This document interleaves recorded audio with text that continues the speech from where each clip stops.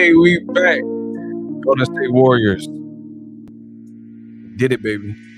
Bay Area.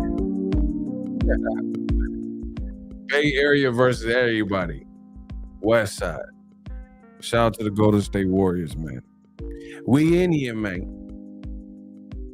Man, I had it. Now, listen, now I can do the stream because I had to catch that game. Congratulations to the Golden State Warriors. The Bay, I told y'all from the beginning, is the Bay Area versus everybody.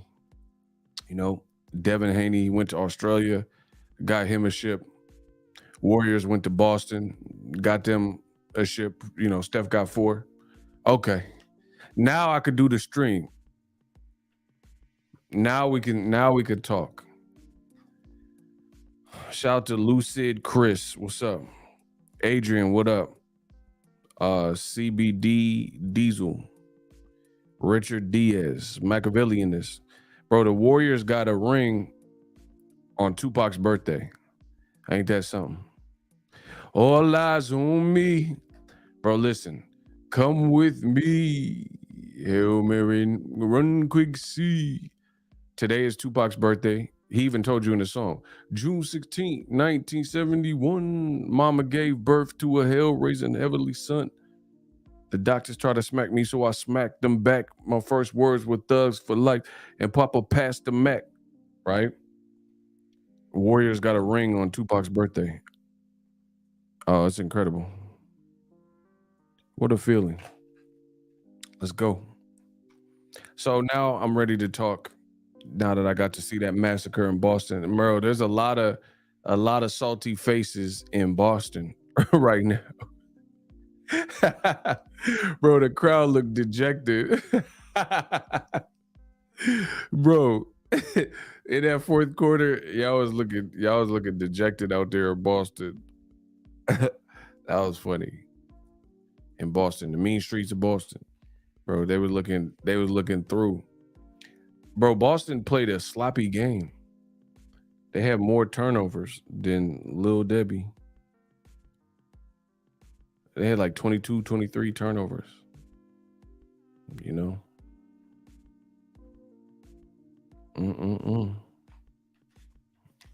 Man, that was hilarious.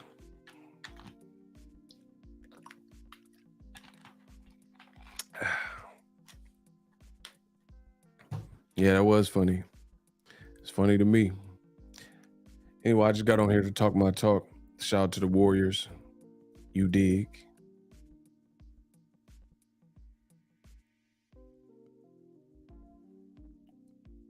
My man said the Bay versus the world. You see, Devin Haney went to Australia. Now the Warriors in Boston.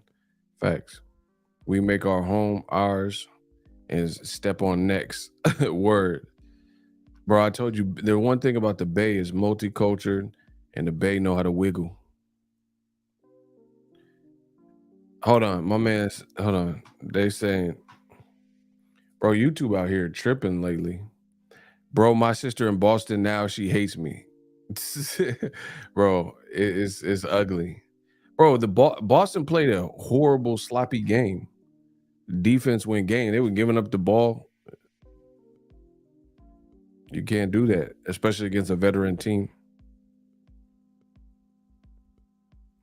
The thing I like too about Steph, that was a legacy game for Steph. Like, it wasn't his craziest game of the series, but he still scored like 30 something. Made it look easy. Hey, Clay, I ain't gonna front. Clay was pissing me off a little bit. You know what I mean? I expected Clay to do a bit more. But, shout out to the Warriors.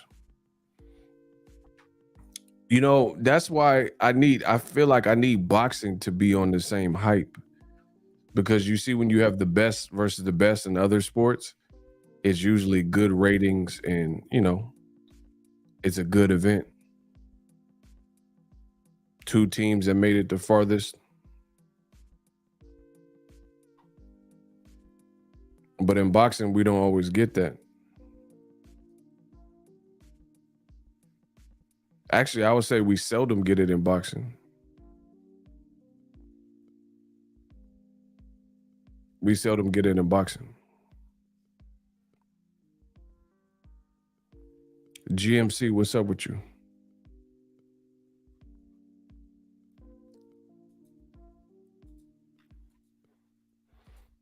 Bro, YouTube is out here bugging. This is gonna be a very short stream if they don't start sending notifications out. Listen, who got it? Did anyone get a notification for my stream? Because I'm about to collect this data and I'm about to send it to YouTube. So they want to play games. That's what's up. Who got who got a notification to this very stream? Because I gotta figure this out. YouTube out here be hating. He said, "Congrats to the Warrior. Now sign the contract." But okay, my man HC Picks is always in here. He didn't get the notification. Sugar Show didn't. My sis was going for Boston because she out there and wanted a parade. I had to let her know about the Bay. Facts. Okay, so no, do bro? You see how bro? I'm about to go bad on YouTube. I promise you, I'm about to go bad. Like they trying to hate. You can't stop me from making money, bro. It's inevitable. So you might as well just send the notifications to people who want to see it because it's inevitable. I'm coming. You can't stop the workflow. You can't knock the hustle. Bro, I'm about to collect this data. I'm about to keep sending me the comments. Especially if you're a regular, tell me if you got a notification. Because I'm about to screenshot this. I'm about to send this to YouTube because they keep playing with me, bro. I don't care about no algorithm or whatever. You better send the notification. I mean, what's the point if people want to talk about these concepts and then they're not finna send a notification? What are we talking about? I put the alarm on Ego. What's that mean? What alarm? Shout out to Muhammad.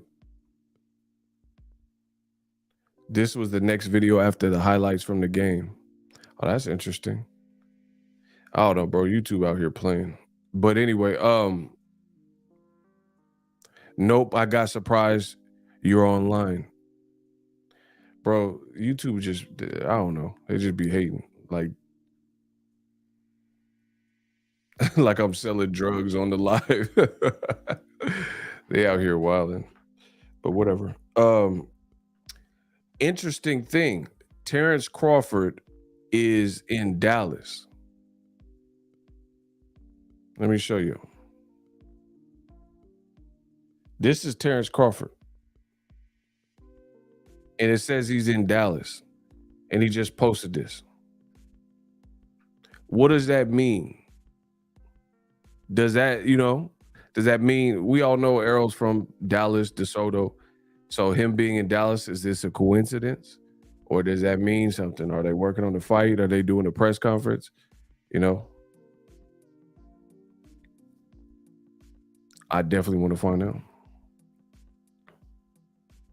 No, he said YouTube treating Ego like Bob. No, they not, because the paycheck is phenomenal. Bro, I'll never work a regular job in my life. So they're not treating me like anything. I just can't. I feel bad because if people want to find the content, they can't find the content because they don't know what I'm on.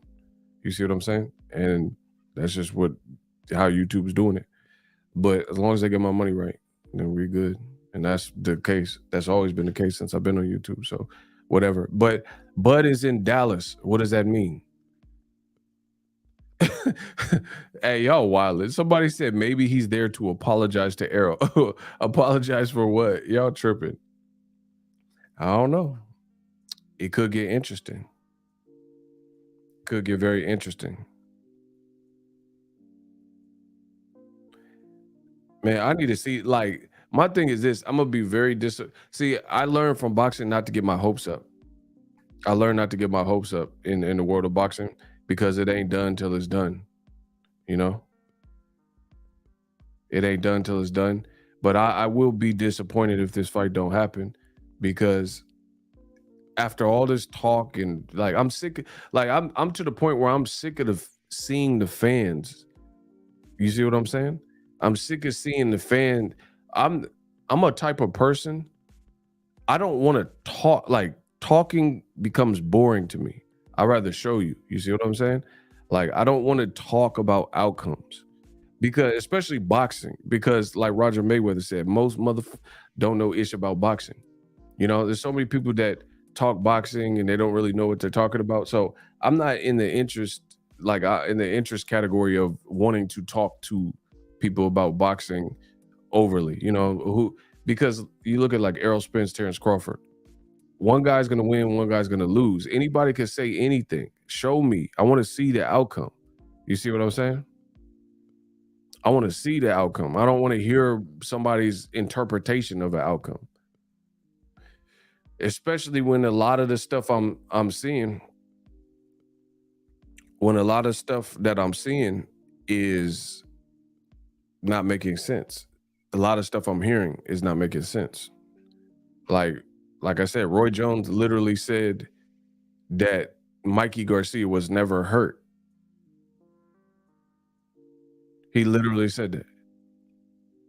He said Mikey Garcia was never hurt in the 12 rounds that they shared.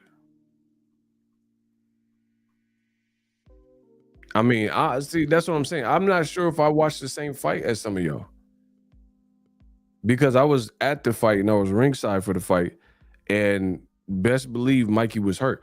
Like, and the funny thing is, it's not even my opinion. It's not my opinion. His own brother slash his trainer did an interview and said Mikey said he got hurt.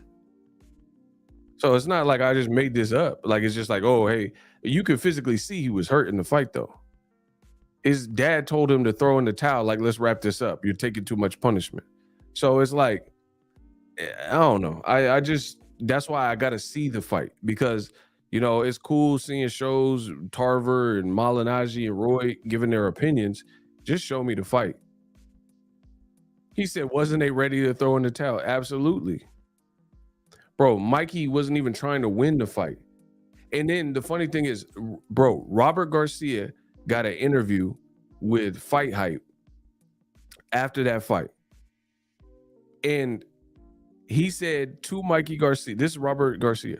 He said to Mikey Garcia, his brother that he trains, he said, I'm going to throw in the towel. My dad wants to throw in the towel. And Mikey pleaded with him, right? He said, don't throw in the towel. Don't do me like that.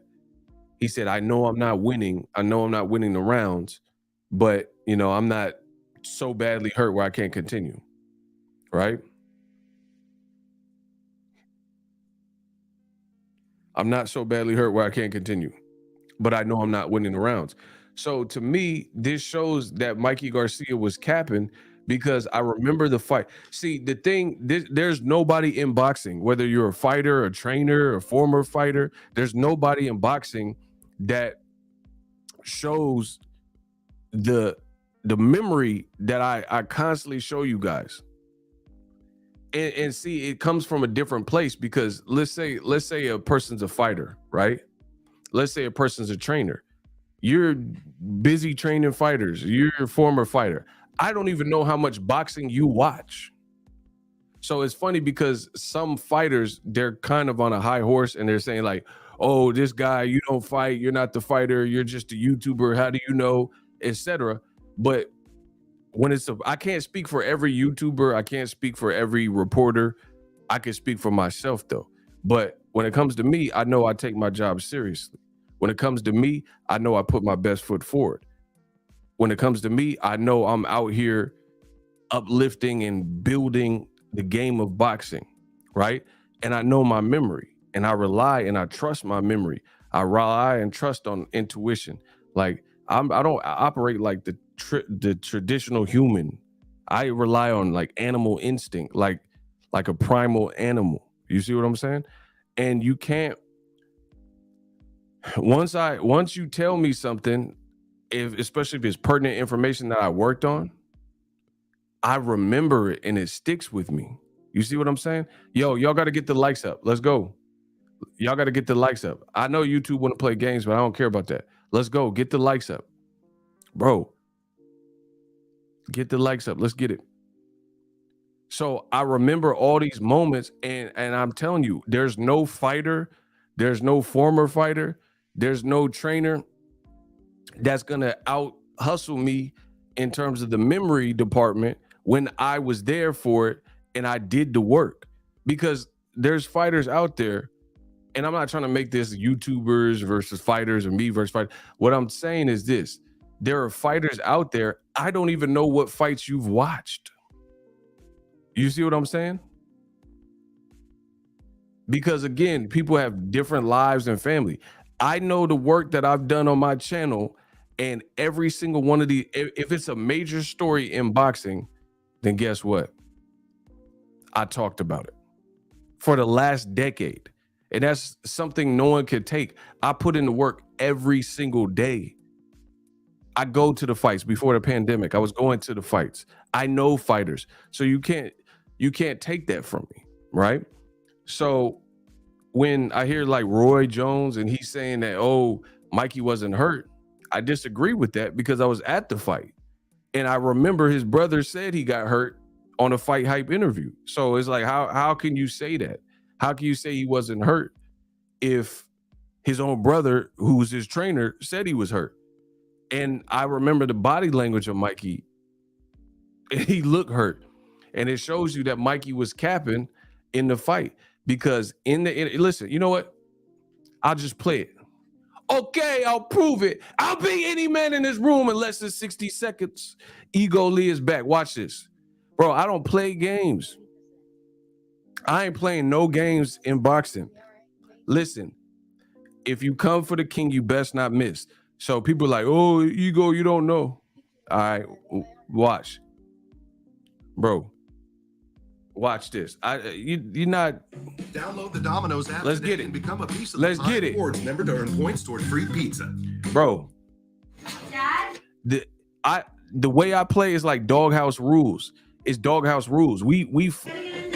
If somebody wants to debate, it's gonna be a debate to the death of it. You know what I'm saying? Yeah, no problem. Thank you. That's how I'm built. You can say stubborn or whatever. I'm an Aries. It doesn't end until I've made my point or you've proven me wrong. That's the only way it'll end. So let's play the game. Pretty much couldn't do. He was prepared for whatever Mikey did, so it was hard. You know, it was hard to even. It's even hard to rate a performance because it was pretty much couldn't do much. You know, couldn't do much. So it was. He said it's hard. This is his brother talking and his trainer. He said, this is Robert Garcia. He said it was hard to rate Mikey's performance because he couldn't do nothing. It was just one of those nights where Errol was the better man. Right. Now the 8th and 9th were really tough rounds for him. As a brother, how hard was it for you not to, like, you know, throw in the towel and call it off? We actually I thought about it and my dad told me to do it before the round ended, but going into the ring and when I told Mikey, you know, it's too much, I'm gonna stop it. He told me, look, I'm not winning the rounds. I know I'm not winning, and I'm not winning the fight. Bro, right there proves that Mikey Garcia versus Errol was capping. He just said, his brother said, I know I'm not winning the rounds. I know I'm not winning the fight. But every round, my memory is impeccable. My memory is impeccable. Every round, after every round, damn near, Mikey Garcia was walking back to his corner and he was pumping his fist like that. I remember this specifically in the Errol fight. He kept going like this, like almost like a tugboat. Like, you know, when you a little kid, you see a semi next to you and you want him to pull the ripcord to make the noise, right? Mikey kept doing that after every arm, like he was killing and winning the rounds. But then your brother just said, and inadvertently snitched on you and just said that you were about to stop the fight, and then Mikey Garcia said, hey, don't stop it. I know I'm not winning. I know I'm not winning the round. So if you know you're not winning the fight and you know you're not winning any rounds and you're clearly losing, and they're telling you, your team, your dad, your brother, saying they're going to stop the fight, and he pumping his arm like that, that means you know you was losing. There's no way around it. But too much, I'm gonna stop it. He told me, look, I'm not winning the rounds. I know I'm not winning, and I'm not winning the fight. But I'm not getting hurt either. I'm blocking a lot, and he told me he did tell me that a body shot got him really good. But he said I'm not getting hurt, but then he told me a body shot got me really good. AKA you got hurt. Bro, you can't say that somebody's not hurting you and then say their body shot got you really good. Like, bro. So this is like there's a lot of people in boxing, they want to tiptoe. They want to tiptoe and sugarcoat. I don't give you that on my channel. You guys should all praise me because this is what boxing should be. There's no reason to baby Canelo Alvarez. Go in there and fight Bivol again. Why are we babying Canelo? And he's supposed to be the face of boxing and number one pound for pound. He gets whooped by Bivol and then he can run away from Bivol. Let's not sugarcoat things, right? You can't say Robert Garcia in the interview is saying that Mikey knew he wasn't winning the round. Then why was Mikey lifting his arm after every round versus Errol Spence? He says, hey, don't stop the fight. I know I'm not winning, but I'm not being hurt. But then he said, Errol ripped me to the body and got me really good. Then that means you were hurt. You're not going to say, oh, that was a great shot. So it's just sugarcoating what we already seen. Errol massacred him. Not to a point where it was that bad to go down. And the head punches, he told me that, you know, he felt them because obviously Errol hits very hard, but that he was never hurt. He felt them, but he was never hurt. All right. So I told him, okay, I'm gonna give you a few more rounds, but if I see that punishment, I'm gonna stop it. He says, don't stop it. My son also says to him, look, he wants to finish, let him finish, and he did. You know, he survived. He finished. He said he finished. He survived. That's exactly what I told you. He survived. He survived. So why? So that's what I'm saying. Like the commentary that I'm seeing, it seems like anti-Errol for no reason. His brother said he survived. He said he knew he wasn't winning the rounds, but don't stop the fight because no one wants to fight to be stopped. You know what I'm saying? That's embarrassing. You get stopped for the first time. Of course. So he pleaded his case, but this is why they have that term. You got to save the fighter from themselves, right? Shout out to Cool Cat. Yeah, the Bay Area is in it. The Bay Area won it. Let's go. Shout out to Golden State Warriors. Bro, that's why you have to save fighters from themselves. Don't let the fighter make the decision because most guys got cojones and they're not going to want to stop the fight. That's just kind of goes with that's how it goes. You know what I'm saying? Most guys have heart and they're not quitters.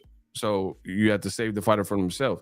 But it was a fight he was losing. He was losing every round and he was lifting his arm to try to present, you know, a different, like, I don't know, appear to the judges that he was winning, you know? Without taking too much punishment where he had to go to the hospital or anything like that. He was fine after the fight. He was able to go to the press conference. He was able to go to his family right after the fight without any need to go see a doctor or go to the hospital or anything like that. So, you know, we were happy. How much of them? So he said, but listen, this is the thing. This is Robert Garcia talking about Mikey Garcia versus Errol. But at what cost? Mikey took a year plus off and was doing Eric Morales exhibition fights, right? So at what cost? So, okay, you went 12 rounds with Errol Spence, but he put mileage on you. That, like, what don't you guys understand about boxing? If you take, sometimes getting knocked smooth out would be better because it's not sustained punishment, right? Like Canelo versus Amir Khan. You just sleep, you snoring, it's over. Canelo just, he was born, but it's over. When you take a beat down and you just get punished and punished and punished and more punishment, sometimes that's worse. And then what happened?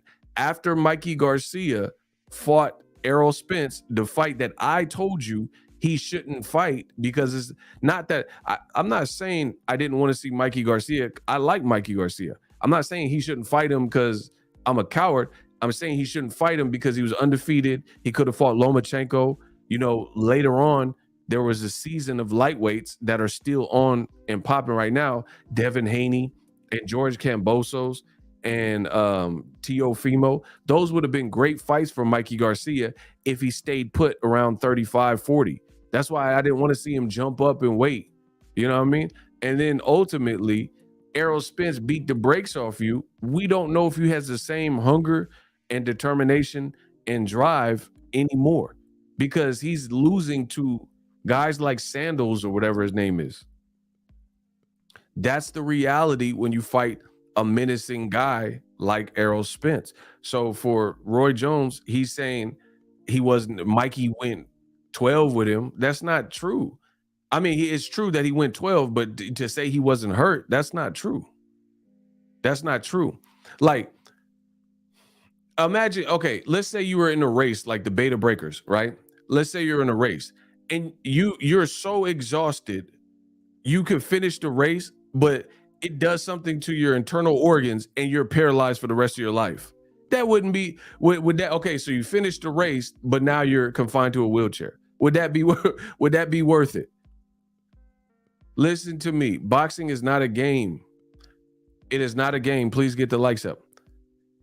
If you were running a marathon and you trained as hard as you could and you depleted all your resources and you crawled to the finish line or whatever and somehow finished the race and you didn't quit, that's cool. But then imagine if you're the rest of your life you're in a wheelchair. Would it be worth it?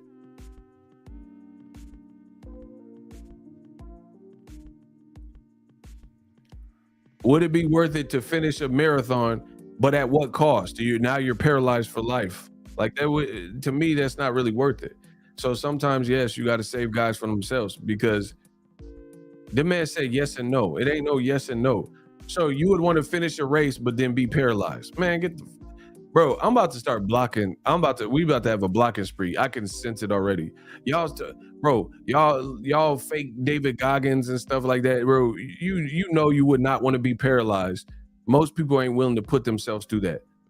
People get a common cold and calling sick to work. Stop playing. You talking about you want to finish the race but be paralyzed for the rest of your life. Stop it.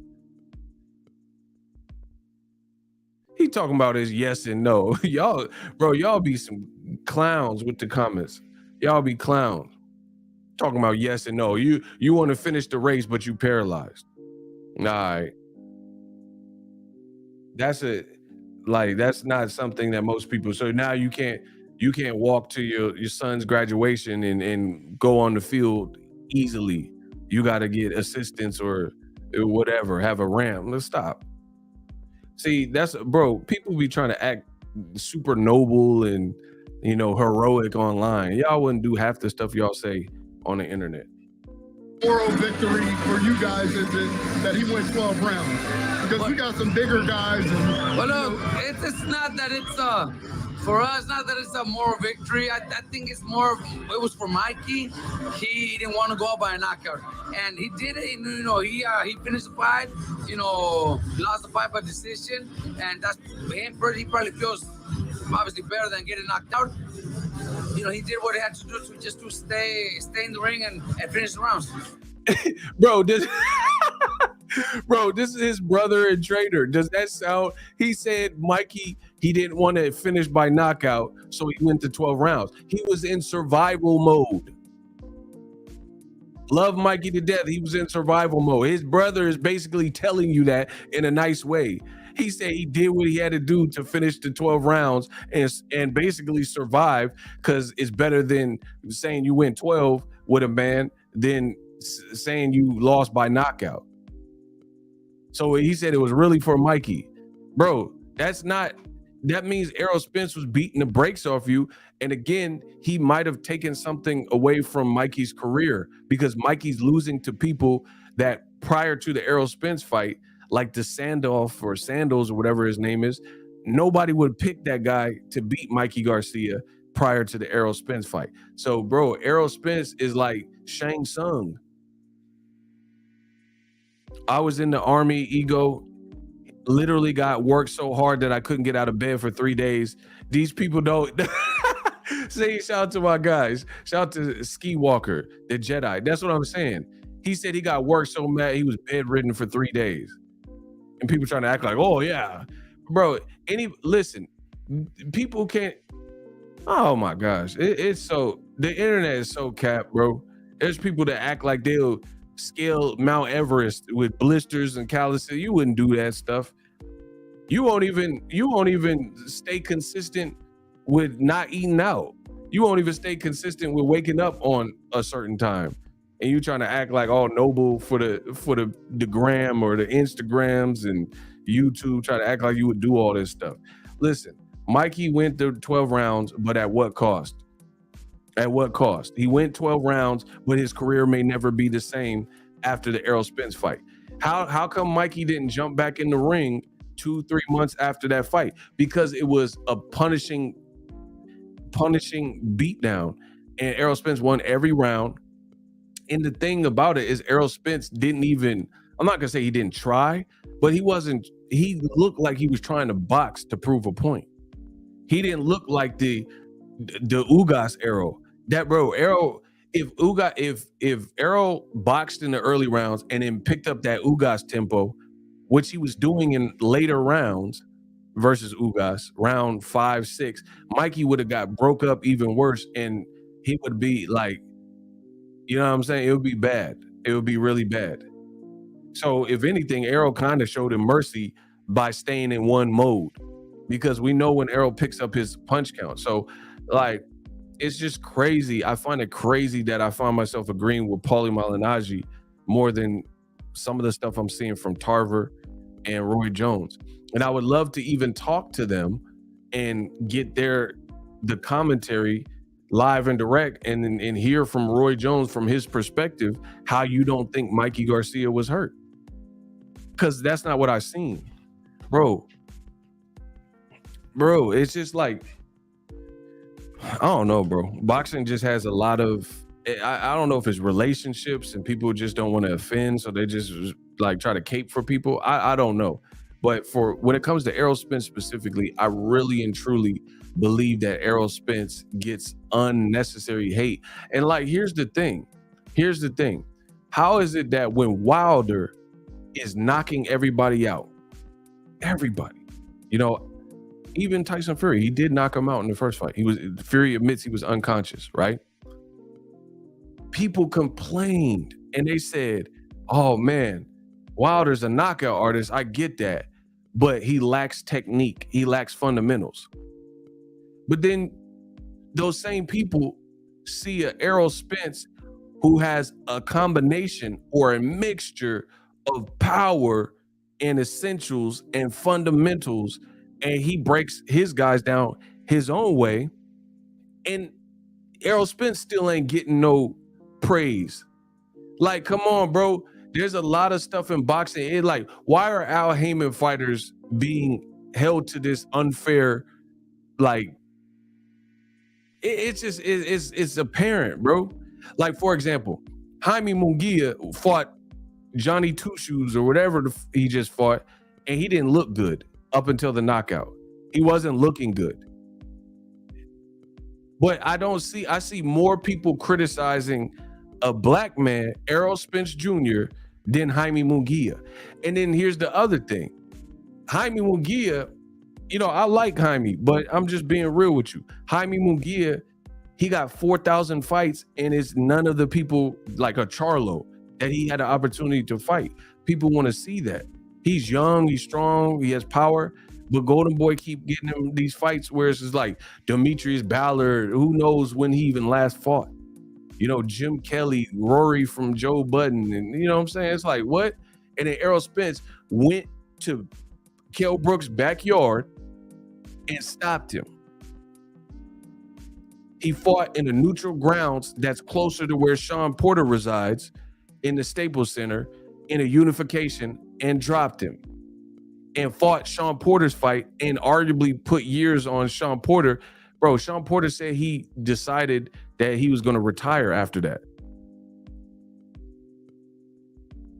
Then he fights Ugas when Ugas is coming off his best performance, and Errol Spence is coming off one of the worst career moments of his life because he had to forego and give up a Manny Pacquiao fight due to an unforeseen medical emergency and eye injury.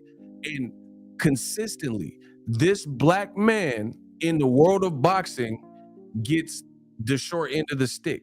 You got people, another black American champion like Bernard Hopkins, and Bernard Hopkins is basically insinuating that something's fishy or amiss with Errol Spence's eye, and he's like basically raising the eyebrow, acting like Errol Spence's eye injury ain't legit. Why is Errol Spence receiving this? That's what I'm trying to understand. That like why does all the legends of boxing, Mike Tyson, Roy, Tarver, B-Hop was acting like his eye was funny stuff. Why Sugar Ray picked Mikey? That was an easy fight prediction for me, bro. That was easy. Mikey had no shot. I'm not gonna say he had no shot, but I knew he wasn't gonna beat Errol. Man, it's looking crazy in boxing. We got a $5 cash app. Jacob Murphy said West Side, cuz. Facts. Shout out to my man Murphy. Bro, I'm just trying to understand how this even works. And you know what's the sad part about it is everybody I just named, they're all black fighters. They're all black great fighters. Legendary black fighters. Roy's in the Hall of Fame. You know what I'm saying? And everybody seems just like, it's not even that you're picking Crawford. I don't care about that. I swear. I swear I don't care if you're picking Crawford. But then when you illustrate or break down why you're picking him, I would like to be enlightened by it. And I don't really feel that's the case. I haven't really heard one of the boxing legends kind of do a breakdown that I feel like I could relate to the timeline of what you're saying. You see what I'm saying? So it's weird to me. Bro, Sugar Ray Leonard picking against Errol, Roy, Tarver, James Toney. Like, bro, this is like everybody I idolize. Hopkins making it look like Errol eye is fake. Like, what do you have to be part of a secret society? Like, see, this, bro, this is what I'm saying. Like, this is why in life, some people will try, if you don't network enough, they'll try to outcast you. You see what I'm saying? And maybe Errol Spence is not like, he just keeps his circle small, and maybe he's not brushing up elbows enough and had enough of the similar parties with some of these people. Like, because Crawford, he went to the Hall of Fame thing. So he's rubbing elbows with the Layla Ali's and Holly Holmeses and Andre Wards and Floyd's and James Toney's and, you know, Roy. So is that what it takes? Because if that's the case, that has nothing to do with Crawford Spence as a fight. You see what I'm saying? Like if we're talking about pure boxing commentary, then you got to just call what you see. You know what I'm saying? It shouldn't be about fraternizing. See, that's why on my channel, what I give you is so great, because I don't have fraternizing commentary. Like, oh, I gotta say this because of this and that, or because this person. Like, I'm not saying anything to offend people, but I am keeping it real and giving you that blue magic when it comes to boxing in this space, in the digital space.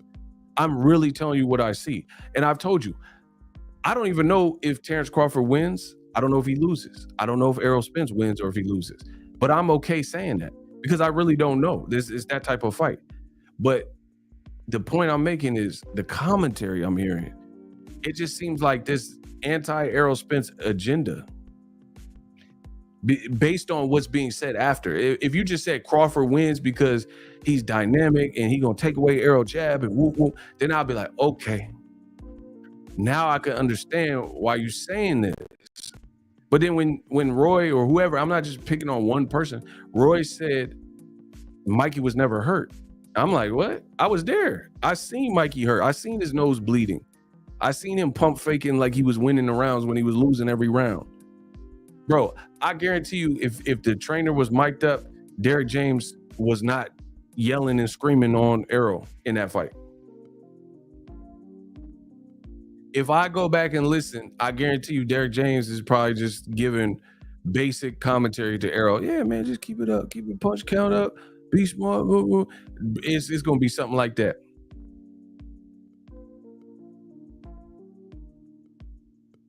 But meanwhile, on the other corner, like a Mikey Garcia, his team was probably frantic. Hey, Mikey, wake up, Mikey. If you give me another round like that, I'm going to throw in the towel. Bro, Mikey looked like he was trying to survive.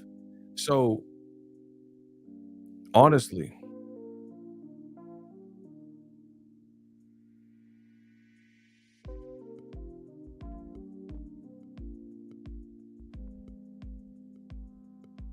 Like, how can we hold that against?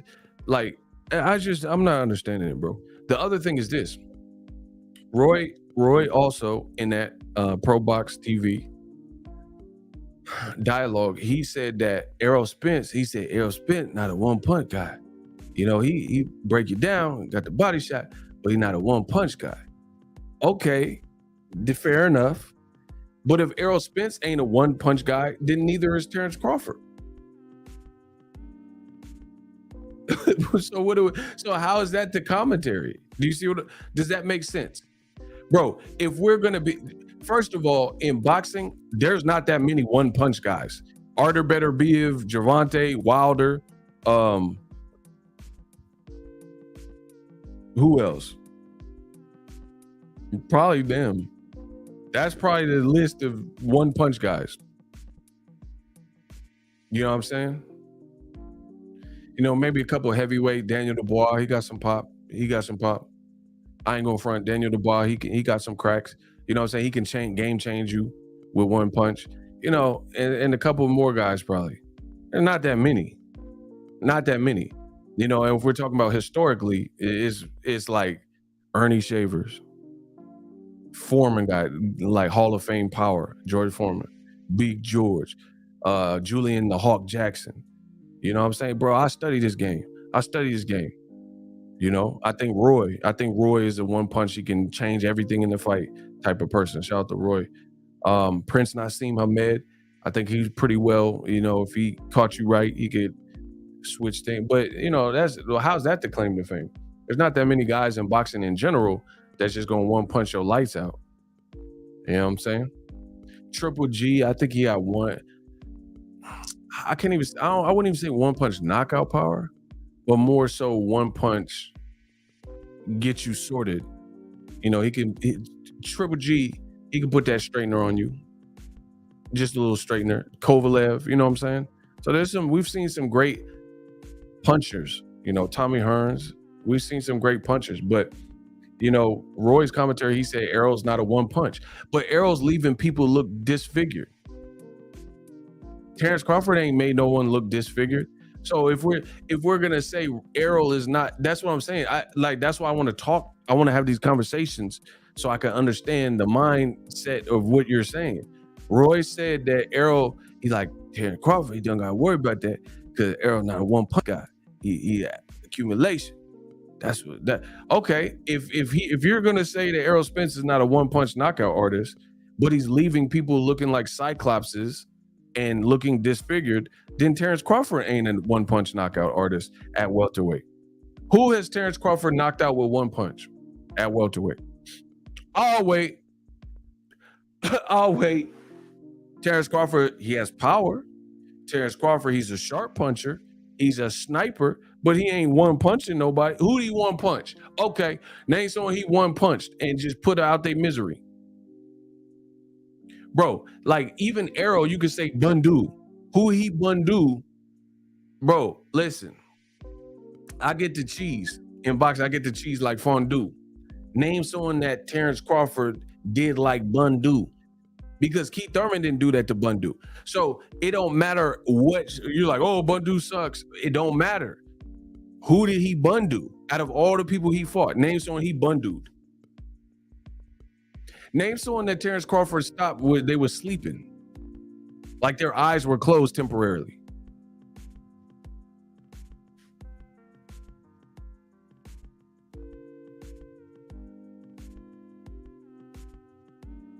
Where they were like just writhing in pain, like rolling around on the ground. Like even Ocampo's pretty big, bro. I was at that fight. Ocampo pretty big. And he couldn't get up from the body shot or whatever from Errol Spence. Who did Terence Crawford do that to? Like, these are real questions I got. And I'm not questioning saying Crawford don't got power, because he does have power. But I'm just saying, if the whole catalyst of your argument is saying that Errol ain't a one punch, okay, let's I know y'all can't prove me wrong. So let's just move on from the one punch argument. He said maybe Jose Benavidez, but he got up. Then that doesn't answer the question. He got up and then got stopped on the ropes. Bro, certain guys hit you and you can't get up. Like, you get up and like, I'm not saying it like taking away from the Benavidez, because I love that knockout, uppercut, vicious. But what I'm saying is, like, it wasn't one punch and he just can't get up and anything like that. You see what I'm saying? Bro, so let's move on from the one punch knockout thing. Who did Crawford disfigure at welterweight? Where you watched them and at the end of the fight, their face was just a bloody massacre, or their eyes looked sunk in, like anything like that. Name somebody. I watched every single Crawford fight and I was at over half of them. You know, recent fights. Who did Crawford make look unrecognizable in boxing at welterweight?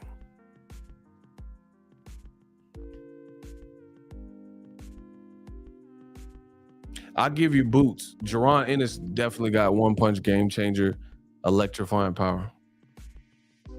Even Brandon Lee, I think he got some pop. Naoya Inoue, okay, now we talking. Yeah, he got thumped. Inoue got thumped. So that's what I'm saying. Like, I'm not understanding the arguments being made. I'm not mad that you picking Crawford. I'm not mad if you picking Errol. But I really don't get a lot of the arguments that I'm seeing for Crawford. That's the point I'm making.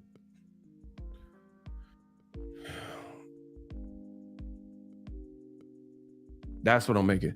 And then you gotta ask yourself this question. Be real. Hold on. Listen. Y'all gotta smash the like button. Be real. Bud gets stoppages mostly. Bro. Be real. I'm asking yourself this question. Name somebody that Terence Crawford fought at welterweight that would have beat Errol Spence that year that Crawford fought him. Listen, y'all got to pay attention. Y'all hear the question? Name somebody that Crawford beat in the year Crawford fought them at welterweight. You believe in your heart of all heart, with no capping, that Errol Spence that year, had he fought him, would lost to those guys. He said none. Name a person. See, y'all don't want to play the game. I'm asking the real questions in boxing. Like, from the top, if Crawford fought Jeff Horn, is he beating Errol Spence? No. No.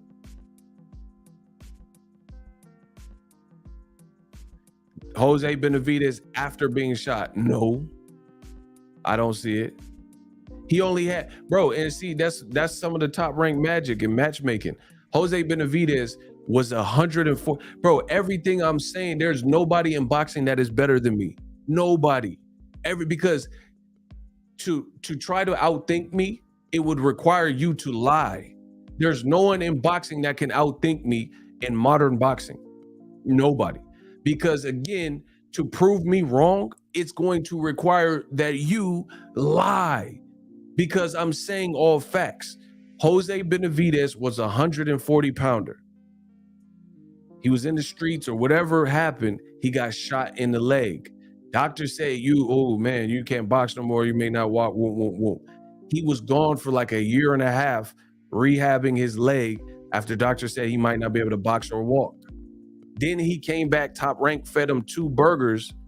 You know what I mean? Some like 2 guys you ain't never heard of, never to be seen again, to get him back, you know, in a mix after a long layoff.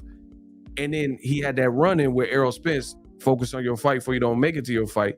And then top rank in the 3rd fight, pulled the trigger and made Crawford and Benavidez.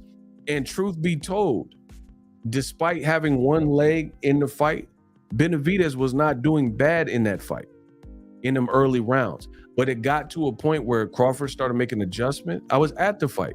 Crawford started making adjustments. And midway through the fight, you start seeing the mobility of Benavidez look done. Like his leg looked super stiff. It looked like he, you know what I'm saying? It just looked like he wasn't really mobile anymore. Like, you know what I'm saying? Some people who had a bad knee or something, they had a baseball game, they can't just stand up all day because their knees is bad or whatever, you know what I'm saying? And that's what it looked like. And then, you know, his mobility messed up. Bud stopped him in the 12th round. Who else? Mean Machine, could he beat Errol Spence? I mean, I don't see it. I don't see it. You know what I'm saying? And Mean Machine was coming off a Ray Robinson robbery. Ray Robinson, why? Just look at everything I'm saying that lines up. Go look at Mean Machine, Aegis Kofalaskis from Lithuania. I told you, there's no one in boxing. I'm boxing's encyclopedia. There's no one better than me. Go watch his fight right before Crawford. He had a year layoff, Mean Machine, and he was coming off a suspect win or draw against Ray Robinson. Ray Robinson really should have beat him. It wasn't a draw.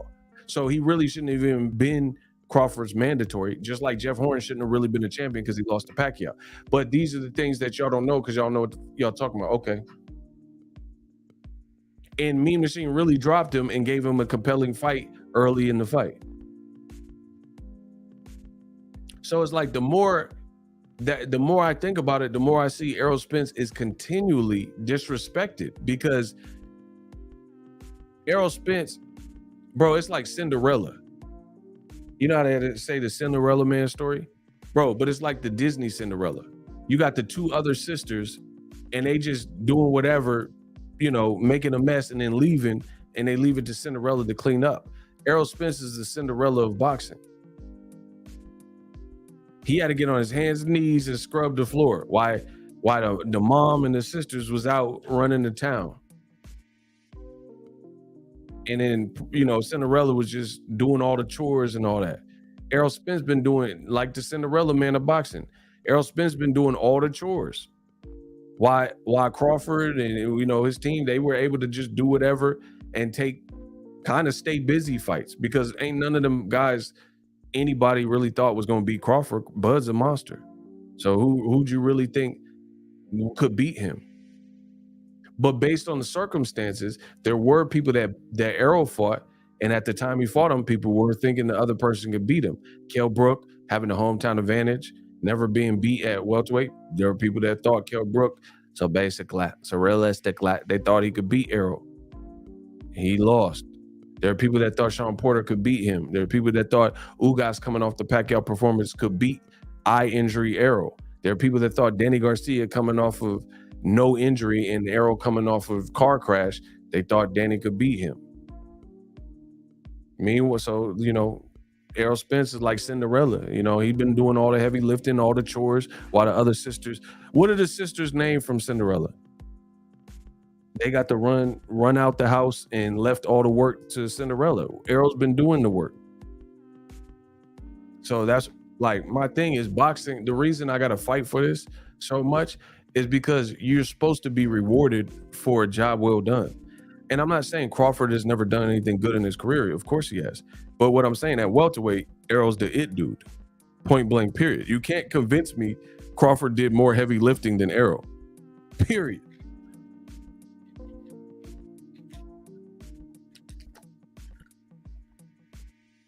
AJ say, I guarantee if he got a lower split to fight Jamel, Crawford would take it. Spence makes him nervous. Bro, I don't know, bro. I just want to see the fight.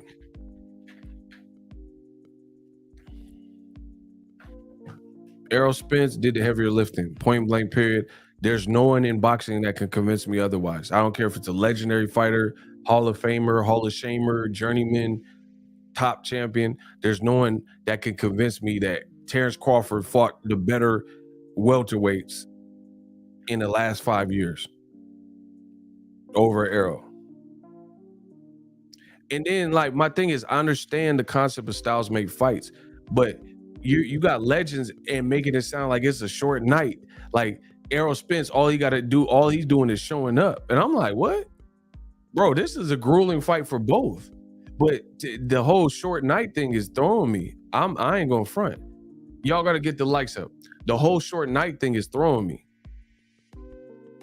They're like, oh, if Errol, depending on how he fights, maybe he can make it to the second half. I'm like, what? Bro, what? Like, I'm not saying Errol can't be knocked out. Anybody could be knocked out. Bro, the man flew out a whip like a crash dummy and got off all asphalt and came back and started fighting like nothing happened. I would tend to give that guy a little bit of, credit and saying that he built for tough or he's pretty mentally put together. So, like, to me, I feel it's like a slap in the face. If you look at Errol's story, it's kind of a slap in the face to suggest that, he got to like try his hardest to make it past the 4th round and 5th round. And he been fighting better competition than Bud. Like, what are we talking about in boxing? Or are we just talking? I'm really confused, people. Like, okay, just to give you, bro, I got to give you an analogy. I'm the king of that. I'm the best to ever do it. So I'm going to give you an analogy. If you had a valedictorian who got all great grades, the GPA is 5.0, crazy grades and aptitude tests and, punctual, never missed a day of school, all that. They're very studious and they're scholastic, right? A valedictorian. And then you got someone with like C grades, D grade, whatever. If there's an upcoming CAT test or SAT test, based on the given resume and what you know about that, would you think that the B and C student or C and D student would score higher? I'm not saying it's incapable of happening, but based on what you know, wouldn't you be leaning towards the scholastic valedictorian that, hey, when the SATs come out, they'll probably place higher because throughout their high school career, they've always had better grades and shown up for the test and done the extra credit, etc. But only in the world of boxing did you watch guys like Errol Spence do all this work, do all this branding, and then it seems like nobody has any faith in him. And scholastically, he would be the guy with the higher GPA. He would be the valedictorian. If we're looking at people doing it right in the welterweight division, he would be the valedictorian over Terence Crawford. So it's just mind-blowing to see that the better student is met with doubts. You know what I'm saying?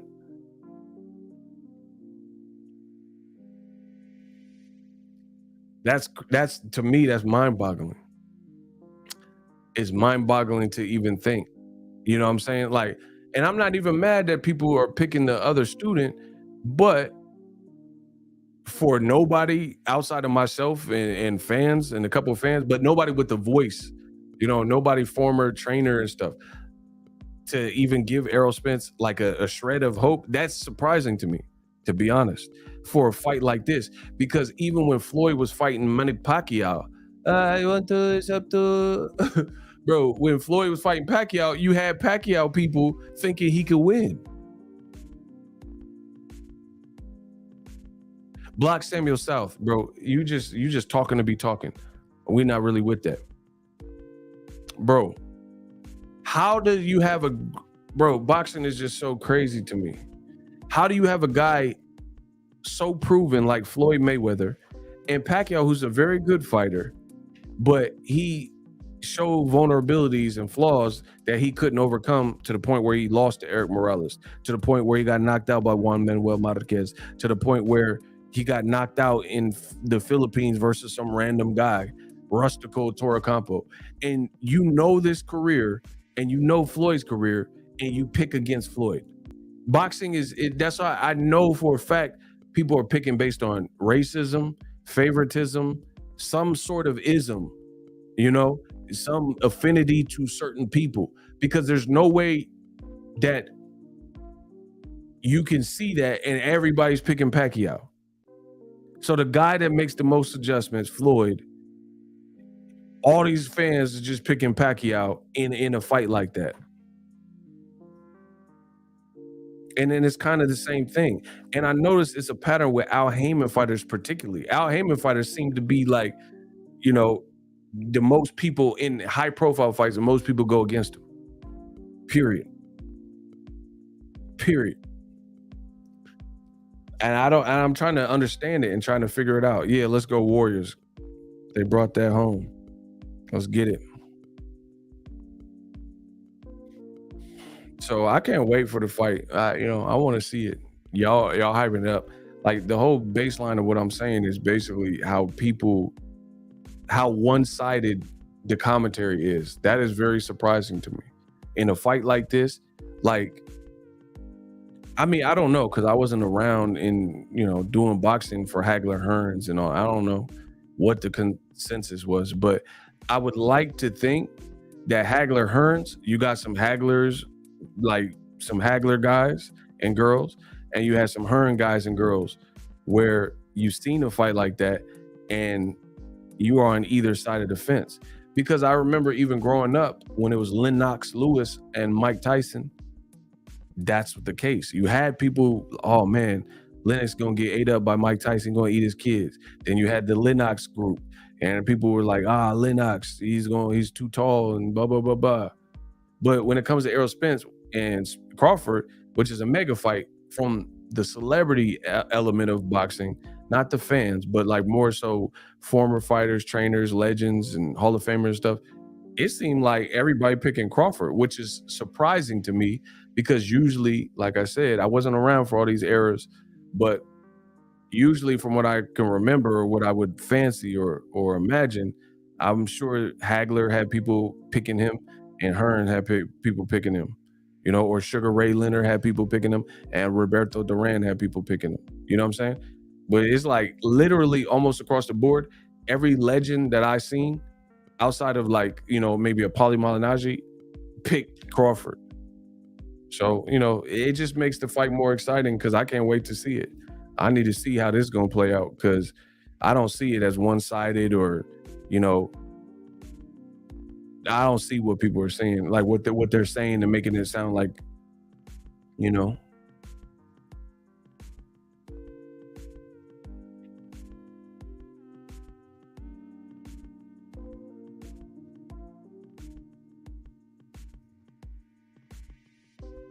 So I think my statement is still the same. I think this is a mega fight, 50-50. You can pick either guy. That's where I stand. That's where I stand on it. You know what I mean? But like I said, show me a boxing legend or whatever breaking down the fight and really just give me. Have you ever watched a documentary and then you watched the documentary and it gave you something to think about? That's what I'm yearning for in the world of boxing. Somebody give me a fight prediction, because I'm on the fence. Errol can win, Crawford can win. That's how I look. I'm yearning for somebody of authority, like, you know what I'm saying, like a boxing legend or whatever, to pick Crawford and break it down into scientific terms with facts to let me know like why you're so confident in that. And my personal taste, I haven't really heard that. So if you guys can point me in the direction of a legend that just, not someone just pick and that's it and they just got off camera, but someone intelligently breaking it down saying Crawford, because the stuff I'm hearing, it just, I don't know. I haven't seen it. Like, I don't even know who said it, but I heard someone say something like Crawford got way more wrinkles.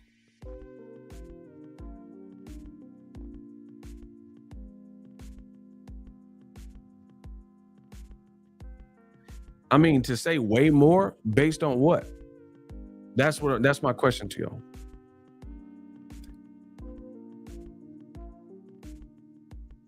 Crawford got way more wrinkles than Errol based on what? So show me the performance. Tell me the fight. Y'all break it down for me. Tell me the fight where he got it done like in his crazy way, and in a completely different way, he got it done in another fight. That shows like crazy, like show me separation. That's what I'm asking for you. Let's go. Let's play the game.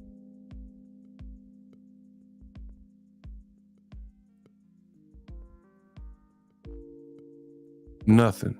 Y'all ain't got nothing. Let's go. Tell me. Please break it down. Please break down. Like, they're like, oh, he got so many different ways that he showed you. Like, Crawford's a badass. Crawford's a beast. But I'm asking for the ways, like, what fights? What are we talking? Like, break this down. Please let me know. What ways did he get it done?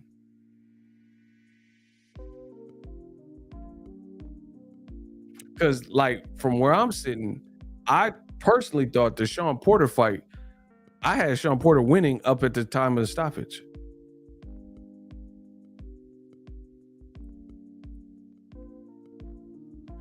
We talking 29 TKOs.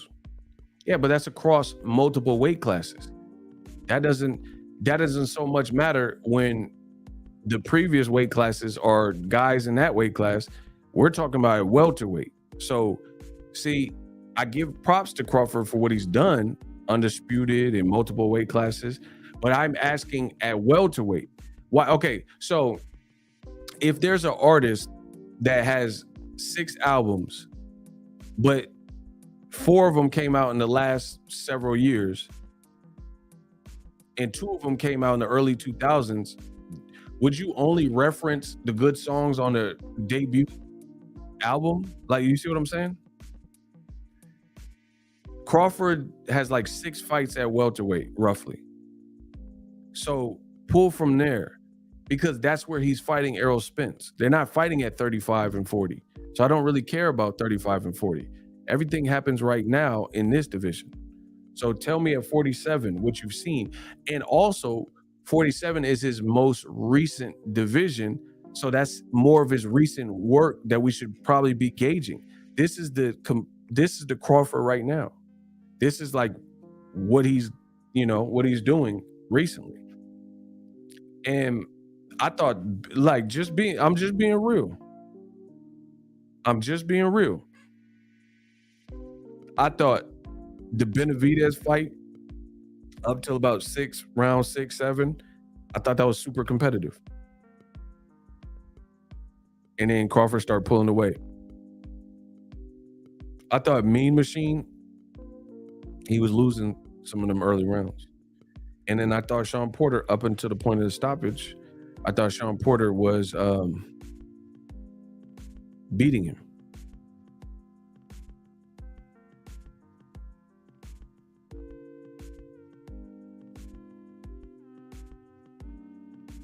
So, like, of course, any fighter on any given night can have like a stellar performance, but if people are making it like Errol Spence got to survive the first 3 rounds, that I'm asking based on what? They're like, how was Shawn Porter winning the first 3 rounds? That's what see, y'all not breaking it down for me. Y'all not breaking. Okay, does Errol have a chin? We'll start with the basic.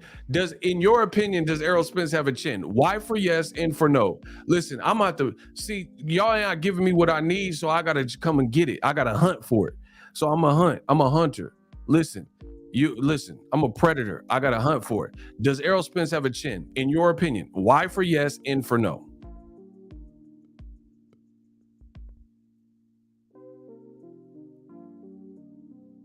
Okay, so everybody's saying that Errol Spence has a chin. Block King Murphy. Bro, you a clown. You a bum. Get these bums out of here. Get King Murph out of here, bro. You a clown. You just trying to condescend and go against the grain. So everybody except for one idiot said that Errol got a chin. So that's what I'm saying. I'm not understanding this commentary of like, oh, Errol Spence got to survive the first 2-3 rounds. Who did Crawford knock out at welterweight in the first 2-3 rounds? Jeff Horn got no defense, cuz. Jeff Horn got no defense, and he went out basically in the second half of the fight. I understand that was Crawford's first fight at welterweight, but that's the reality of it. Jose Benavidez went 12 rounds with one leg. So to just say that Errol Spence, and then to say Errol Spence showed he can box. He could take his time if he needs to. He did that in the Mikey Garcia fight. So usually in a high elite level fight, The first round's probably a throwaway filler round. Nobody's making crazy mistakes. This ain't Hagler Hearn. When's the last time you seen a Hagler Hearn? Bro, see, that's what I'm saying. I'm the realest in the game. Can't nobody stop it. Bro, name the last time you seen a Hagler Hearn fight that was billed like Hagler Hearn.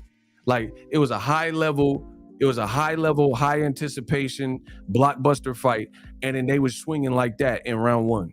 Name the fight.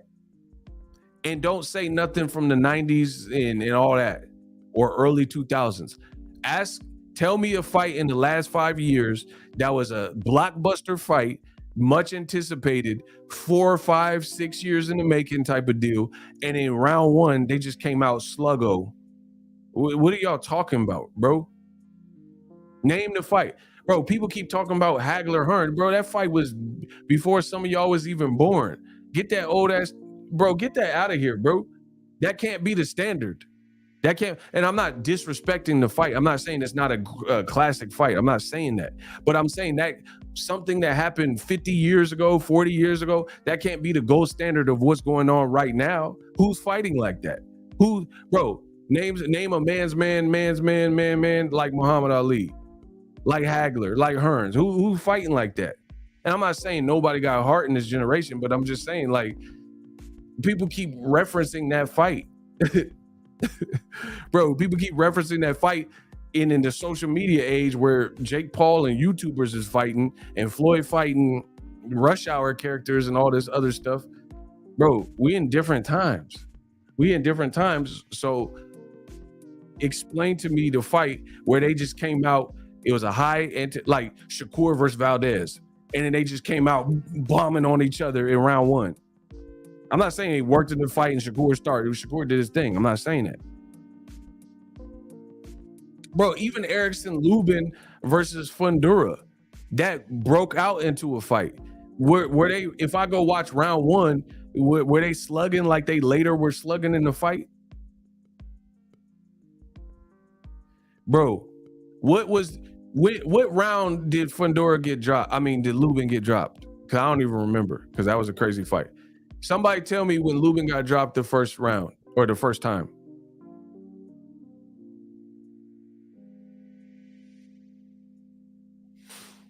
Because I really don't remember. I was just round two. Okay, so I stand correct. That's my point. Round one, somebody said the third round. That's what I'm saying. Name a fight that was Hagler Hearn, and they was just 3 rounds of war, and they just came out trying to destroy each other and push the button. Like, I can't even think of a fight that matches that well.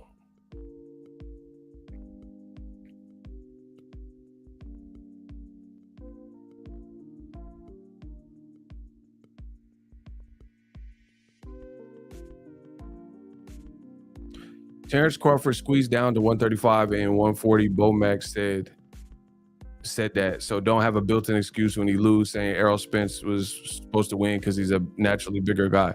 Yeah, I mean, that can't be said, because when he fought Gamboa at 135, he rehydrated to 155 at 135. So yeah, I don't. If Crawford wins, he wins. He gets full credit. If he loses, then he lost. And I'm not. There's no weight bully, bro. It's gonna be like Canelo Alvarez. If he loses,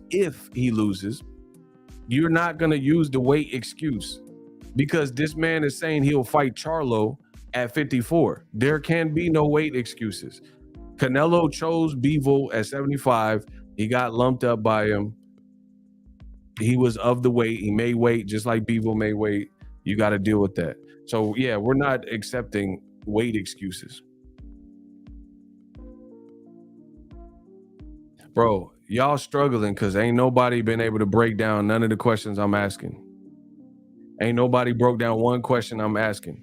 Mayweather stay fighting bigger people, but Mayweather fights like Mayweather, which nobody else in this new generation duplicates well.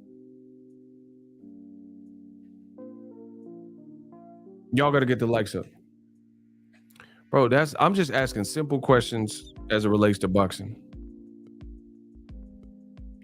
So I'm trying to get a grasp of y'all breakdown skills, and ain't nobody answering none of the questions that I'm asking.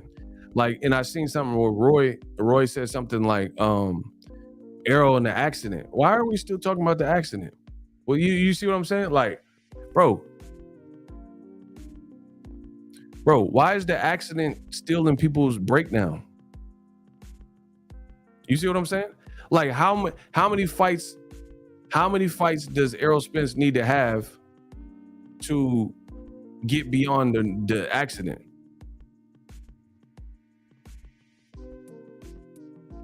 Let me know. Like, like he fought Danny Garcia. I might be wrong. I might be out of my mind. I don't know. He fought a former champion, Danny Garcia, after the accident, and he came back and fought Ugas off of his best win. And he stopped him. But why is the accident even in the predictions at this point?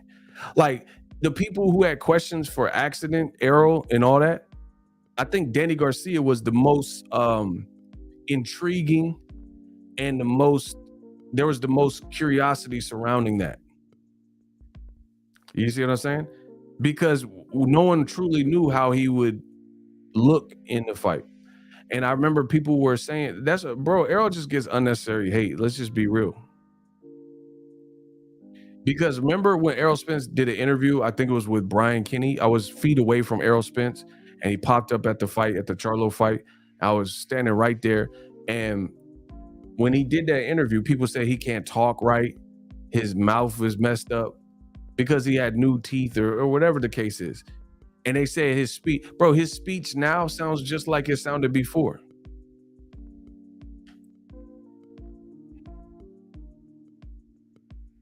Bro, my shooters, they taking a break apparently.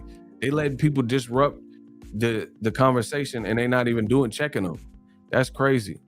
Shout out to the shooters for letting that person say what they're saying and not doing nothing about it. Good job.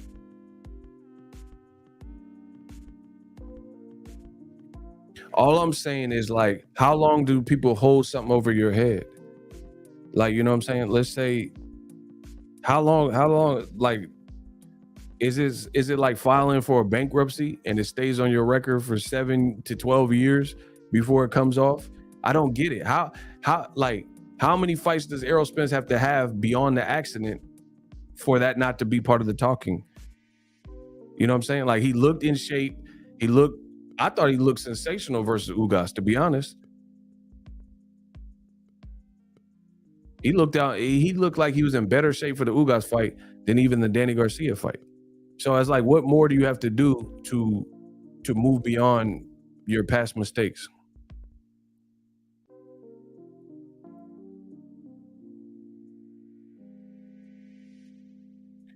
Love you, champ, but don't be disrespecting the shooter. Man, who is you? Man, y'all better stop playing with me. Trey Sakari, what's up? The best new media boxing ego. Let's get it. He says statute of limitations. Yeah, double jeopardy, all that. Errol looked like he in better shape in the Ugas fight than Sean Porter. Absolutely, Adrian. And the Mikey Garcia fight. Bro, and see the Pro Box TV, they were having a conversation, right? And they said something else, and I was like, what? Did we watch the same fight? They said Ugas don't have no defense or something like that. And I was like, what? They made it sound like Ugas is a brawler, come forward, Ruslan Provodnikov. Bro, I swear to you, this is the commentary that I'm hearing. Bro, they said that Ugas don't really fight like that. Like he one-dimensional or something. I was like, what? They said he don't have no defense. And I'm like, man, Ugas can fight.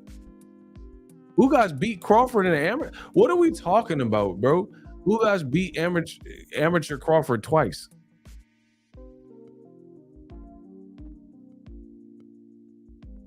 So how can we make it like Ugas is not that dude? Like, bro, he just couldn't beat Errol. Ugas could fight. Bro, if he can't fight, then you would have never beat Pacquiao, because Pacquiao got 70 fights. And I thought Ugas beat Porter. Marlanius with the alley-oop. Facts. I thought he beat him too. I thought Danny beat Porter too. But guess what? Errol, he beat all the guys. So I thought Ugas beat Porter, but it doesn't matter because Errol beat both of them. I thought Danny beat Porter, but it doesn't matter because Errol beat both of them. He beat Danny Garcia, beat Porter. I thought Ugas beat Porter, but he beat all of them. So it doesn't matter, that it all comes full circle back to Errol Spence, because I truly thought Ugas beat Porter and was robbed, and he had a knockdown that they didn't give him credit, just like when Mean Machine knocked down Bud. But Errol fought Porter and Ugas, so it doesn't really matter. The right person has all the belts. And then I thought Danny Garcia had a close fight with Porter. I thought Danny edged it, but then Errol beat Danny and beat Porter, so it doesn't matter. The guy is the guy. You know what I'm saying?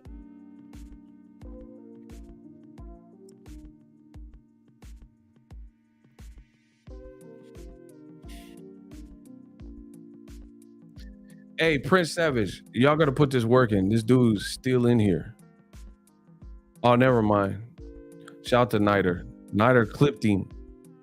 Never mind. Nider got that. Bro, that's what I'm saying. Bro, listen, I thought Danny beat Porter and I thought Ugas beat Porter. But it doesn't matter because Errol beat both of them, all of them. So it doesn't matter how you sliced it. The right person has all the belts. And then you had the controversy with Manny Pacquiao was a champion in recess, and then Manny Pacquiao ended up fighting Ugas, who got elevated to the champion. So that was settled when they fought, and Ugas showed he's a real champion, beating Manny Pacquiao. I want to, it's up to, hey guys, I want to. Bro, he beat Pacquiao to solidify himself as the true WBA champion. So, and then Errol beat Ugas straight after that. So Errol is that dude. He has to be that dude because there was a controversy of Pacquiao, because Pacquiao was the champion beating Keith Thurman for the WBA, and then he lost his belt because of the pandemic and inactivity. And then Ugas was the email champ or whatever y'all stupid stuff y'all was talking about, and he got elevated. He was a regular champ, got elevated super champ, but then they fought each other. And then Ugas beat the brakes out of Pacquiao, had Pacquiao eating applesauce, and then Errol went in and handle Ugas. So Errol has brought clarity to the welterweight division. Crawford hasn't.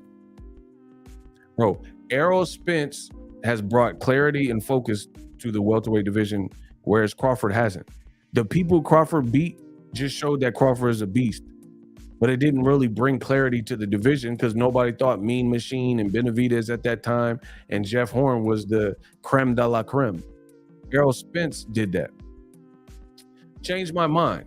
Y'all some bums. That's why y'all ain't gonna do it. I promise you. Listen, I'm so great at what I could do. I tell y'all can't do it and y'all can't do it. I promise you that. Listen, I tell you, this is how you know I'm great. I tell you what you're not going to do, and then y'all prove me right by not doing it. Changed my mind. Errol brought clarity and focus with his opponents in the fashion in which he won and solidified himself as, a dope creme de la creme A-side. Crawford didn't do that. The people he had just were like almost showcase fights, if you will. Ain't nobody thought of Amir Khan. Crawford even admits this on the DAZN boxing show. He said nobody picked Khan. No one knew. There ain't nobody thought Khan was finna beat no damn Crawford at that specific year. Nobody. Name somebody. Name them. You name them. You name it. Beans, greens, potatoes, ham, bro, you name it. You name the person that thought Amir Khan, that has a voice in boxing and more subscribers than me, done more than me, that picked Amir Khan to beat Crawford. Okay. You name somebody that done more in the game than me, professional fighter, got more subs than me if they're a YouTuber, and they picked Mean Machine to beat Crawford. You name it. I got beans, greens, potato, ham, lamb, bro, you name it. Stop playing with me. You name it. Bro, y'all know everything I'm saying is right. The prodigal son has returned. Bro, y'all can't defeat these talking points. There ain't nobody thought that. Name somebody thought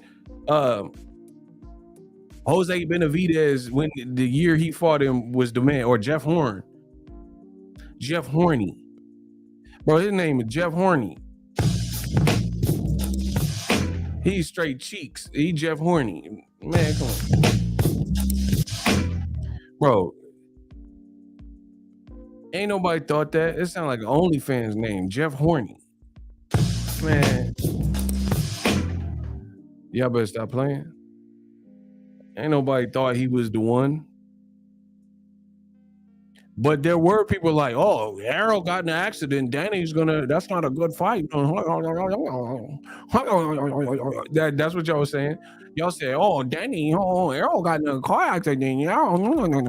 That's what y'all was saying. Listen, I'm the realest in the game. That's what y'all was saying. Y'all was saying Errol shouldn't take a tuna. He should take a tune-up. You know, he should fight some tuna, fight him a can. Because Danny left hook. Oh yeah, Danny Garcia. Talk about Danny. That's what y'all was saying. That's not what y'all was saying. Errol should take a tune-up. He ain't gonna be the same from the accident. That's what y'all was saying. Ain't nobody thought Jeff Horny was the man.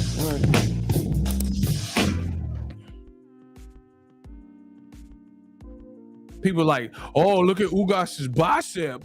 Ugas's bicep is way bigger than Errol bicep. Who cares if Errol got the black forces on? Because Ugas got bigger arms. Bro, that's what y'all was telling me. I seen all the comments in my video. I see what y'all, I got big eyes for a reason. I did the Errol Spence Ugas video, and they're like, oh, I don't know. I got a funny feeling Ugas's arms are so big. That's what y'all was telling me. You said Ugas's arms and Errol's weight drained. Bro, I got a video. It's like, I didn't believe it, but I got to pose the questions that y'all asking on my channel and get views and get money. Y'all said Errol is weight drained and all that. And Ugas's arm and biceps was looking good. Like, bro, y'all got some suspect ass commentary. Bro, y'all the Lil Nas X of boxing commentary. You talking about Ugas's arms is looking scrumptious. Bro, there's something wrong with y'all. Bro, listen, I know it's Pride Month, but y'all said Ugas's arms were looking good and Errol was looking too skinny and Errol drank some water, whatever. Y'all just be Pedialyte. Man, come on, bro. He turned Ugas to a cyclops. Optic blast. What y'all talking about?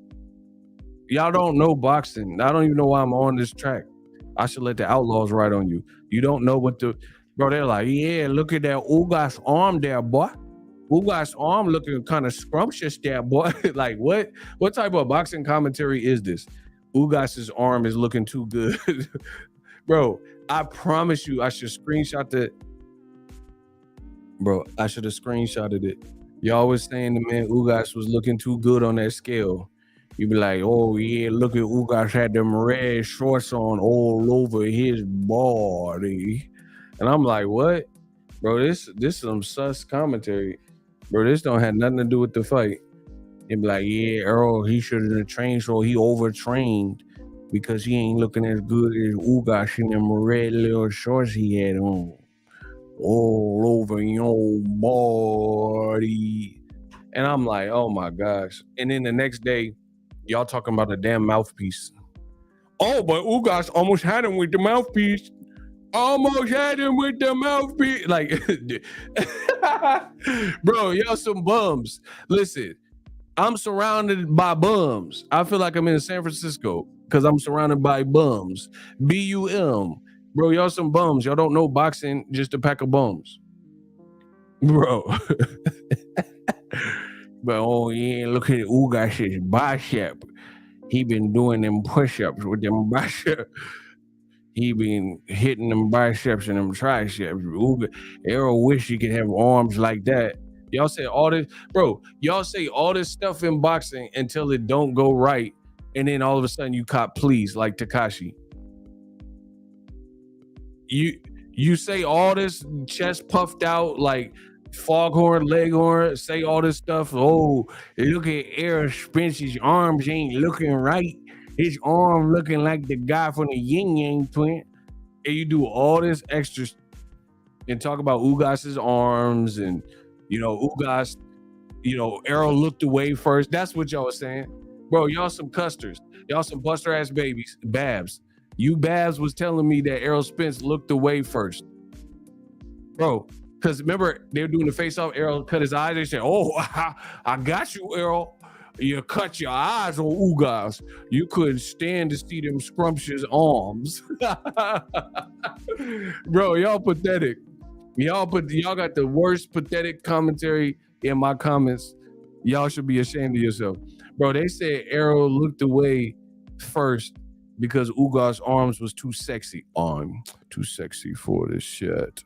Too sexy for this shirt. So sexy it is. I'm a model, and you know what I mean. And I shake my little tush on the catwalk. Bro, you say all this stupid, goofy in boxing, and then you look like a buffoon. You look like Leave It to Beaver. You look like dumb. Bro, they really did say that ego don't miss. I know, because they was in my comments. They was leaving a million comments how Errol looked away first because Ugas' bicep was too scrumptious. Bro. And then you get your fight prediction wrong, and then they resort to, oh, but Ugas knocked that mouthpiece out. Bro, somebody need to knock your mouthpiece out, because that's, bro, loser talk. In life, you're a winner, or you can have that loser talk, point blank, period. Losers always try to find some silver lining to some dumb that they said. So you said Ugas was going to beat him, and it don't happen, and then now the claim to fame is he knocked his mouthpiece out and two-pieced him, three-piece. Bro, what happened after that? None of that matters. I mean, credit to Ugas, but he got beat up after that mouthpiece fiasco. That's not something to rave and rant about. Oh, but he knocked his mouthpiece out. Yeah, but after the mouthpiece fiasco, after Mouthgate, bro, after Mouthgate, what happened? Ugas almost got stopped in the very next round, round 7. So I just think people need to put respect on Errol Spence's name. I'm not mad if you're picking Crawford, but if you want me to believe your commentary, because I don't do the rah stuff. They ain't say nothing when Ugas in the hospital bed looking like, hey, you guys. Bro, he looked straight like the Goonies. Rocky Road, hey, you guys. Bro, he said he was crying out blood for 48 hours. He looking like Chunk from the Goonies, Truffle Shuffle, all that. Man, come on, bro. I can't wait for the fight. Make the fight. I want to see it right now. I want to see, what time is it? Midnight? I want to see it at midnight. I want them to just scrap in the alley, because I'm sick of y'all. Y'all got the worst commentary. I see why the game of boxing need me, because y'all got the worst commentary known to man. Y'all say all, bro, I remember somebody, I never forget this. Somebody told me Floyd finna lose because at the weigh-in, he was chewing his gum too fast.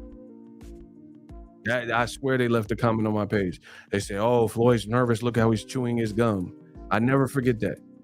I got to, y'all know I got a good memory. I never forget that. They said, look at Canelo's looking sexy and calm, and Floyd's chewing his gum. And if you go look at that clip, Floyd was chewing some gum, and he was like, and he was smacking on the gum, bro.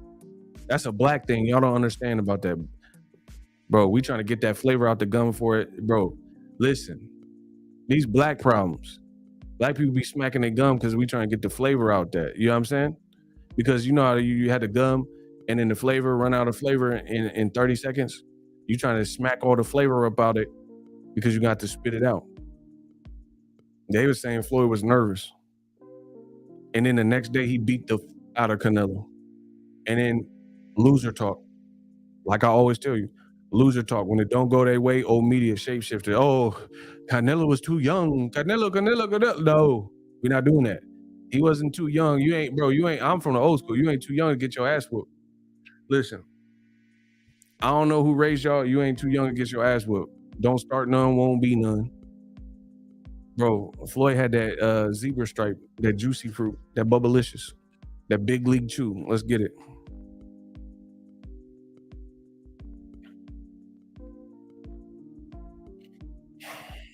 Crawford said he was really sore after the Porter fight. I think Errol is about to make him question whether he want to box again. And the other thing, the more I looked at the fight, the more I don't like, bro. I'm just being real. Listen, ain't nobody gonna say these things in boxing but me. So I guess I gotta say them. If you want Ego to keep it real, say keep it real, Ego. I'll say what no one else in boxing has told you. There's nobody in boxing that is willing to say the stuff I'm saying.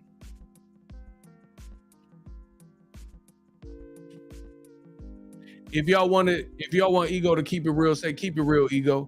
Watch how I work. Shout out to my Niter, man. My guy Niter, man. Yeah, man.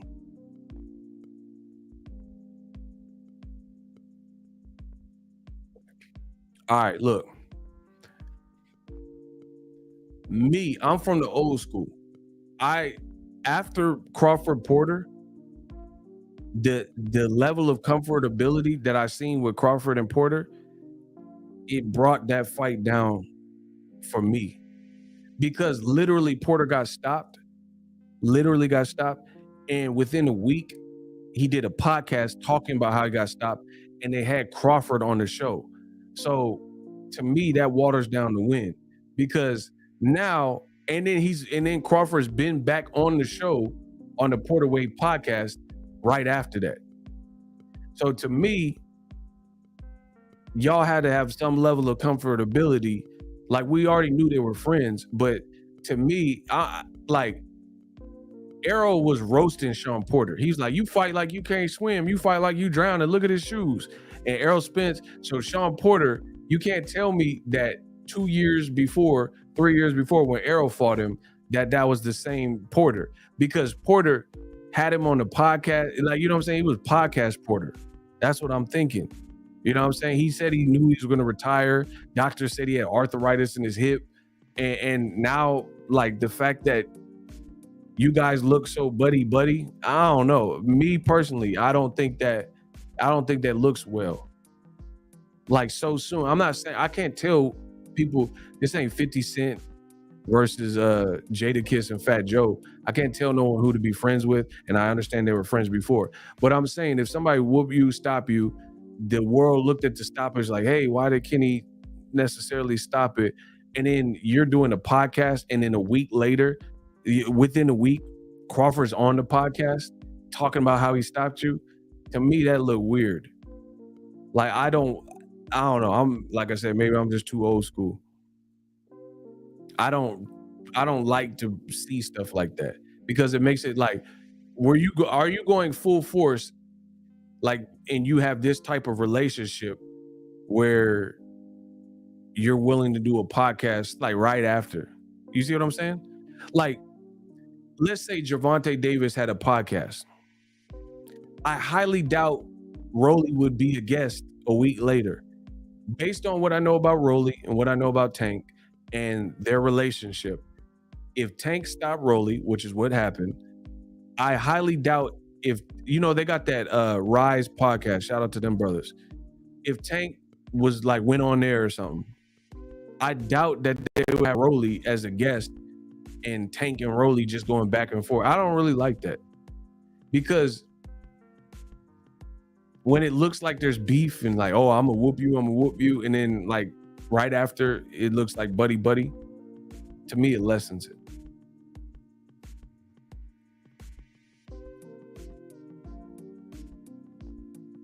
You see what I'm saying? To me it lessens it.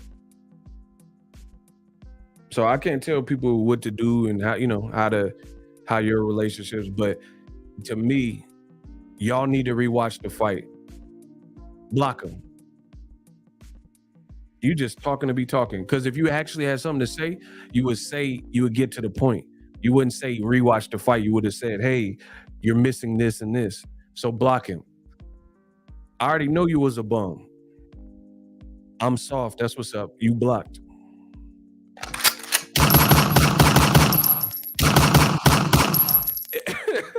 Bro, that's funny. He said, I'm soft. That's what's up. I'm soft. I gotta be tough guy for y'all? We talking boxing. Y'all funny. He said it made it look WWE-ish. See, that's what I'm saying. Like, bro, the person that knocked you out is on your podcast like within a couple days, and then come back to your podcast as a live guest. To me, it's like are y'all really like? Are you really? That's the thing with friendships and boxing and stuff. Is like, are you gonna give us a Hagler Hearns if you're friends like that? You see what I'm saying? Emperor Niter said, when they hate, donate. Facts. Like, you know what I'm saying? Like, I'm not saying, like, let's say Marco Antonio Barrera and Eric Morales, they hated each other. Now they're cool and they keep it cool. They're grown men, though. They're like 50 years old now. You know what I'm saying? So, of course, after that amount of time, you know, they can coexist and be on the same telecast. But in their heyday, they wasn't probably going to be on each other's podcast. You see what I'm saying? So, to me, the Porter fight looked more and more like a cash out fight. It really did. It looked like Sean Porter knew he had other endeavors, podcasting, commentary gigs, Triller gigs, and all that. And it looked like he was all the way kind of checked out. And even with that being said, I'm not saying he didn't try, but he admits that he didn't go full-fledged in the training like his dad wanted. So to me, it just, I'm being real, it lessens the win for it. It lessens the win for me because it's, you know, it just looked like you're willing to try. Like, boxing is a sport, you can't, how you say it? You have to really want to get punched in the face. You see what I'm saying? You have to really want to be there. So if somebody's just like, oh, I'm gonna try my best, and then if it don't go my way, you know, I got other endeavors, I got kids now, then that's not gonna work. You're not gonna beat the other person. So to me, I think Sean Porter clearly was more formidable in the Errol Spence because he didn't have no podcast. He didn't have, I don't even know if he had kids. I don't even think he had kids at that point. You know what I'm saying? But if people are thinking about retirement and my kids and I got a podcast and all that, that changes everything. That changes the whole dynamic because you, like I said, boxing is serious. You got to really want to get punched in the face for a living. You know what I'm saying? You got to really like want to go, like if you're badly hurt and you got to really want to dig down and go to this whole separate place. That's why you see guys who've been through wars and then they start getting stopped and stuff because like, how many times are you going to do that? How many times are you going to go to this next level place of agony and torture and pull yourself out from the doldrums of, you know, hell? It's hard to do. And then physically, if you've been in wars and stuff, it becomes physically harder. You get older and you've been through wars and you take punishment, you physically can't go through the same things that you went through.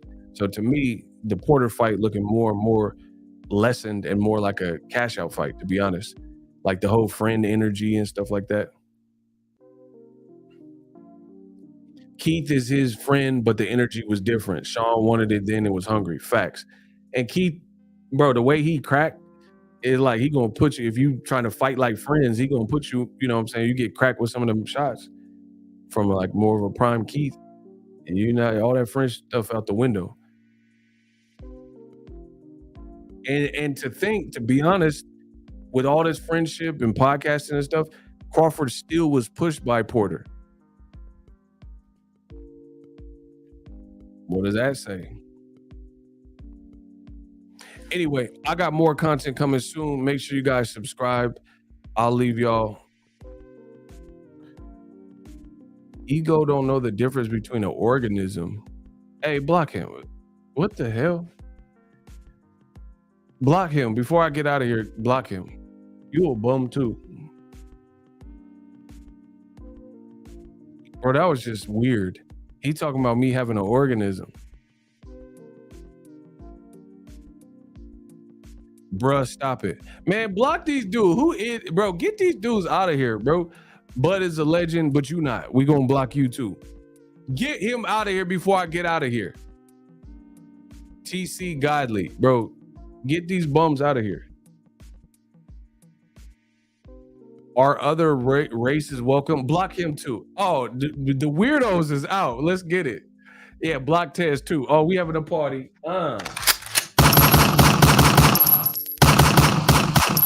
Block Tez too. Oh, Niter catching them body. Oh. Hey. Yeah, we having a party. We having a party, bro. They always, bro. That's how I'm the most celebrated. We get the most cake.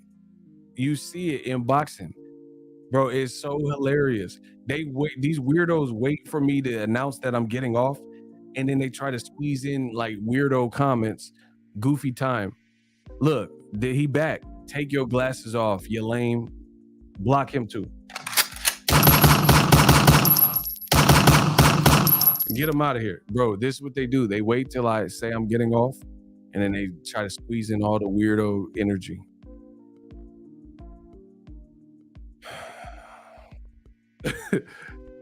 Bro, get him out of here so I can close this stream off.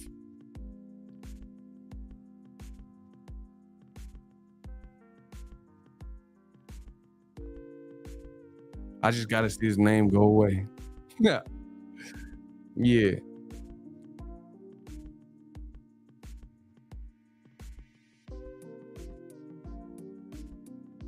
Niter, how don't you see him? Maybe because you blocked him. I don't know. Hey, shooters, y'all don't see this dude? Oh, okay. There you go. All right, y'all be easy.